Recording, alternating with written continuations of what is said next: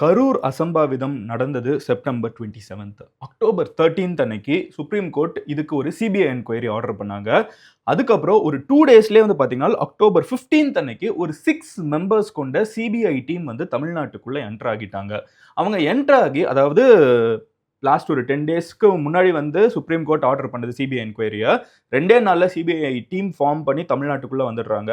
வந்து இந்த 6 member team வந்து கரூர்லயே ஒரு இடத்துல ஸ்டே பண்ண ஆரம்பிச்சு எங்க இந்த அசம்பாவிதம் நடந்துச்சு அதை போய் மெஷர் பண்றதுல இருந்து எல்லா வேலையுமே பார்க்க ஆரம்பிச்சிட்டாங்க. இன்னைக்கு வீடியோல நம்ம என்ன பார்க்க போறோம் அப்படின்னு பாத்தீங்கன்னா இந்த டீம் இது வரைக்கும் என்னென்ன பண்ணிருக்காங்க. ஏன்னா இட்ஸ் பீன் 10 days. ஸோ என்னென்ன பண்ணிருக்காங்க, ஒரு எஃப்ஐஆர் ஃபைல் பண்ணிருக்காங்கன்னு நேத்திக்கு ஒரு நியூஸ் பார்க்க முடிஞ்சு. ஸோ கொஞ்சம் கொஞ்சமா என்னென்ன நடந்துட்டு இருக்குது, சிபிஐ உள்ளுக்குள்ள வந்ததுல இருந்து என்னென்ன ஆக்ஷன்ஸ் எடுத்திருக்காங்க இது வரைக்கும் கரூர் அசம்பாவிதத்துல அப்படிங்கறத நம்ம பார்த்துட்டு ரெண்டாவது என்ன பார்க்க போறோம்னு பாத்தீங்கன்னா இனிமே என்ன நடக்கும். இந்த என்கொயரிக்குன்னு ஸ்பெசிஃபிக்கா நம்மளுக்கு தெரியாது, பட் ஓவராலாவே சிபிஐ என்கொயரி எப்படி ப்ரொசீட் ஆகும், அடுத்தடுத்த ஸ்டெப்ஸ் என்ன அப்படிங்கிறதையும் இந்த ஒரு விஷயத்தை மொத்த தமிழ்நாடு கிடையாது மொத்த இந்தியாவே ஃபாலோ பண்ணிட்டு இருக்கக்கூடிய ஒரு விஷயம். ஏன்னா 40 பேர் ஒரு அரசியல் கூட்டத்தில் இறந்து போகிறதுங்கிறது வந்து ஆல்மோஸ்ட் அன்ஹர்ட் ஆஃப். கரெக்டா? அதனால எல்லாருமே பார்த்துட்டு இருக்கிற இந்த ஒரு கேஸ் நம்ம இதை பார்க்குற நேரத்திலேயே சிபிஐயுமே வந்து அடுத்தடுத்த ஸ்டெப் என்னங்கிறத இன்னைக்கு வீடியோவில் நம்ம தெரிஞ்சுக்க போறோம்.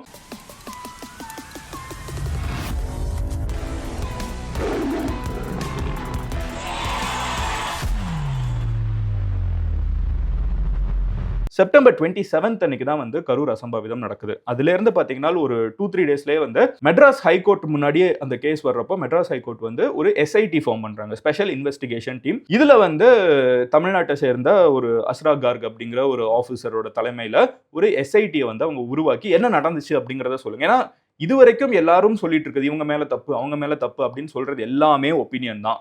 ஒரு எஸ்ஐடி உள்ளுக்குள்ள போய் என்ன நடந்துச்சுன்னு கம்ப்ளீட்டா ஃபார்ம் என்ன நடந்துச்சு, அதாவது எஸ்ஐடின்னு இல்லை, சிபிஐயா இருக்கட்டும், எஸ்ஐடியா இருக்கட்டும், சிபிசிஐடியா இருக்கட்டும், ஓவர் இட் இஸ் ஒரு இன்வெஸ்டிகேஷன் டீம் வந்து உள்ளுக்குள்ள போய் ப்ராப்பரா என்ன நடந்துச்சுன்னு பார்த்து அவங்க கொடுக்குற ரிப்போர்ட்டை தான் வந்து நம்ம மோஸ்ட் லெஜிட்டா எடுத்துக்கலாம். ஏன்னா எல்லாருமே வந்து இதை வச்சு அரசியல் பண்ணக்கூடாதுன்னு சொன்னாலும் இதை வச்சு எல்லாருமே அரசியல் பண்ணிருக்காங்கிறதா யதார்த்தமான ஒரு உண்மை. ஸோ அந்த மாதிரி ஒரு விஷயம் இருக்கக்கூடாதுன்னா ஒரு இன்வெஸ்டிகேஷன் டீம் தான் சரி அப்படின்னு சொல்லிட்டு ஹைகோர்ட் என்ன பண்றாங்க, ஒரு எஸ்ஐடியை போடுறாங்க. அதுக்கப்புறம் அதை வந்து டிவிக்கு சுப்ரீம் கோர்ட் கொண்டு போறப்போ சுப்ரீம் கோர்ட் என்ன சொல்றாங்க, நாங்க வந்து இதை ஒரு சிபிஐ என்கொயரியா மாத்துறோம். ஸோ எஸ்ஐடி எல்லாமே வந்து கேன்சல், எஸ்ஐடி கேன்சல். அதே மாதிரி வந்து ஒரு சிங்கிள் ஜட்ஜ் கொண்டு அருணா ஜெகதீசன் அவர்களோட தலைமையில் வந்து ஒரு இன்வெஸ்டிகேஷன் வந்து கவர்மெண்ட் ஆர்டர் பண்ணிருந்துச்சு, அதுவும் அனுப்பிச்சாச்சு.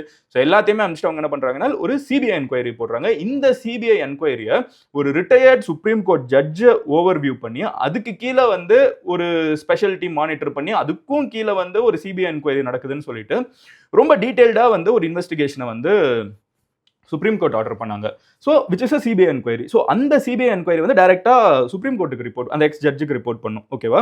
ஸோ அவங்க வந்து இப்போ என்கொயரி ஆரம்பிச்சிட்டாங்களான்னு கேட்டிங்கன்னா அக்டோபர் 13th வந்து இந்த சுப்ரீம் கோர்ட் வந்து சிபிஐ என்கொயரியை சொல்றாங்க. அக்டோபர் 15th அன்னைக்கு வந்து தமிழ்நாட்டுக்கு 6 பேர் கொண்ட 6 பீப்புள் கொண்ட ஒரு சிபிஐ டீம் வந்து அரைவ் ஆகிடுச்சு. தமிழ்நாட்டில் எங்க கரூருக்கே வந்திருக்காங்க. அக்டோபர் 16th பார்த்தீங்கன்னா அடுத்த நாளே பார்த்தீங்கன்னா தமிழ்நாட்டில் அது வரைக்கும் ரன் ஆகிட்டு இருந்த எஸ்ஐடி அஸ்ரா கார்க் அவர்களோட தலைமையில் வந்து ஆல்ரெடி பார்த்தீங்கன்னா கரூருக்கு போய் அவங்க ஆல்ரெடி நிறைய என்கொயரி பண்ணிட்டு இருந்தாங்க. அந்த டீம் கிட்ட இருக்கக்கூடிய எல்லா டாக்குமெண்ட்ஸ், அது வரைக்கும் அவங்க பண்ண இன்வெஸ்டிகேஷன் எல்லா ரிப்போர்ட்ஸையுமே வந்து சிபிஐக்கு ஹேண்ட் ஓவர் பண்ணிட்டாங்க. சிபிஐ வந்து கரூர்ல டிஸ்ட்ரிக்ட் கலெக்டரேட் கிட்ட இருக்கக்கூடிய ஒரு பிடபிள்யூடியோட டூரிசம் கெஸ்ட் ஹவுஸ்ல வந்து ஸ்டே பண்ணி அவங்க அங்கே இருந்து ஒரு ஆஃபீஸும் யூஸ் பண்ணி இந்த மொத்த என்கொயரியுமே நடத்திட்டு இருக்காங்க. அண்ட் அடுத்த விஷயம் என்னன்னு பார்த்தீங்கன்னா சிபிஐ வந்து அன்னைக்கு எஸ்ஐடி கிட்ட இருந்து 16th அன்னைக்கு, அதாவது ஸ்டேட்டோட, அதாவது ஹைகோர்ட் போட்டிருந்த எஸ்ஐடில இருந்து நடந்த இது வரைக்கும் நடந்த இன்வெஸ்டிகேஷன் ரிப்போர்ட் எல்லாம் இவங்க கிட்ட போயிடுது, சிபிஐ கிட்ட போயிடுது. சிபிஐ அன்னைக்கே வந்து 16th அன்னைக்கே வந்து பாத்தீங்கன்னா கரூர்ல அந்த அசம்பாவிதம் நடந்த மொத்த ரேலி நடந்த இடம் இருக்கும்ல கரூர்ல, அந்த மொத்த ஏரியா எங்கேருந்து எங்க வந்திருக்காங்க எங்க போனாங்க அந்த இடத்த எல்லாத்தையுமே வந்து பார்த்துருக்காங்க. அது போக ஸ்பெசிஃபிக்கா அந்த கூட்ட நெரிசல் ஏற்பட்ட அந்த வேலுசாமிபுரம் நினைக்கிறேன், அந்த இடத்துல வந்து மெஷர்மெண்ட்ஸ் எல்லாம் எடுக்கப்பட்டிருக்கு அப்படின்னு சொல்லிட்டு டிடி நெக்ஸ்ட்ல ரிப்போர்ட் பண்ணிருக்காங்க. அந்த இடத்துல இன்னும் ப்ராப்பரா டீடைல்டா என்ன நடந்துட்டு இருக்கு, எங்க அந்த கூட்டம் அந்த இடத்தோட சைஸ் என்ன, எவ்வளவு பேர் இங்க சேர்ந்திருக்காங்க, அந்த டேட்டா எல்லாத்தையுமே வந்து சிபிஐ டீம் வந்து என்கொயரி பண்ண ஆரம்பிச்சிருக்காங்க. அந்த அடுத்து என்னன்னு பாத்தீங்கன்னா இட் இஸ் எக்ஸ்பெக்டட். ஓகேவா? அந்த முதல்ல அந்த மெஷர்மெண்ட்ஸ் எடுக்கிறதுக்கான ரீசன் என்னன்னு பார்த்தீங்கன்னா அங்கே க்ரௌட் வந்து எப்படி சேர்ந்துருப்பாங்க, எவ்வளோ பேர் இங்கே நிற்க முடியும், எவ்வளோ பேர் சேர்ந்தாங்க, இந்த மாதிரி டீட்டெயில்ஸ் எல்லாம் வந்து எப்போ நம்ம இதெல்லாம் எப்படி புரிஞ்சிக்க முடியும் அப்படின்னு பார்த்தீங்கன்னா அங்கே எவ்வளோ மெஷர்மெண்ட், அந்த இடத்தோட உண்மையான சைஸ் என்ன அப்படின்னு நம்ம சொல்லலாம். இன்றைக்கும் நீங்கள் எந்த சோஷியல் மீடியா ஓப்பன் பண்ணிங்கனாலும் இந்த சைஸ் சின்னது அப்படின்னு சொல்லிட்டு டிவிகே சைடில் இருக்கிறவங்க சொல்லுவாங்க. அதே நேரத்தில் வந்து பார்த்தீங்கன்னா ஆப்போசிட் அவங்களாம் இருந்துகிட்டு இல்லை இந்த சைஸ் வந்து போதுமான அளவுக்கே இருந்துச்சு, இது சின்னதுன்னு எப்படி சொல்லலாம்னு நீங்கள் ட்விட்டர் ஓப்பன் பண்ணிங்கனாலே இந்த மாதிரி சண்டையை முன்ன பின்ன நிறைய நடந்துட்டு இருக்குது. வீடியோ என்ன சடனாக நின்றுச்சுன்னு யோசிக்காதீங்க. இதுவும் நம்ம சேனல் தான். பட் இது மதன் கௌரி கிளிப்ஸ். ஒரு பெரிய வீடியோவோட முக்கியமான போர்ஷன்ஸை மட்டும் கட் பண்ணி போஸ்ட் பண்ற சேனல். நீங்க ஃபுல் வீடியோவை பார்க்கணும்னு நினைச்சீங்கன்னா இங்க இருக்கிற கார்டை கிளிக் பண்ணலாம். ஆர் கீழே இருக்கக்கூடிய கமெண்ட் செக்ஷன்ல லிங்க்கும் இருக்கும், டிஸ்கிரிப்ஷன்லயும் லிங்க் இருக்கும். அதையும் கிளிக் பண்ணி மெயின் சேனல்ல ஃபுல் வீடியோ பார்க்கலாம்.